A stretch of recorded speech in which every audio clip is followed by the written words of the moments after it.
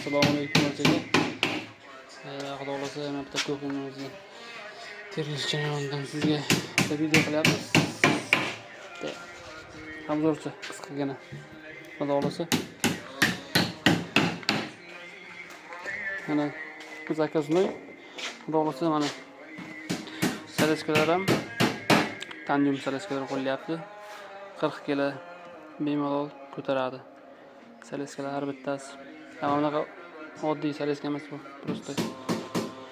Ko'plar shundan qo'yadi, oddiy. Proyektimiz 3 qavatlik bo'ladi. Xolodilnik, gaz balon turadi bu yerda. Endi klientni o'zi aytganlik uchun gaz balonga joy qilganmiz. Bu yerda rakovinasi, gaz joyi, vechkasi shunday.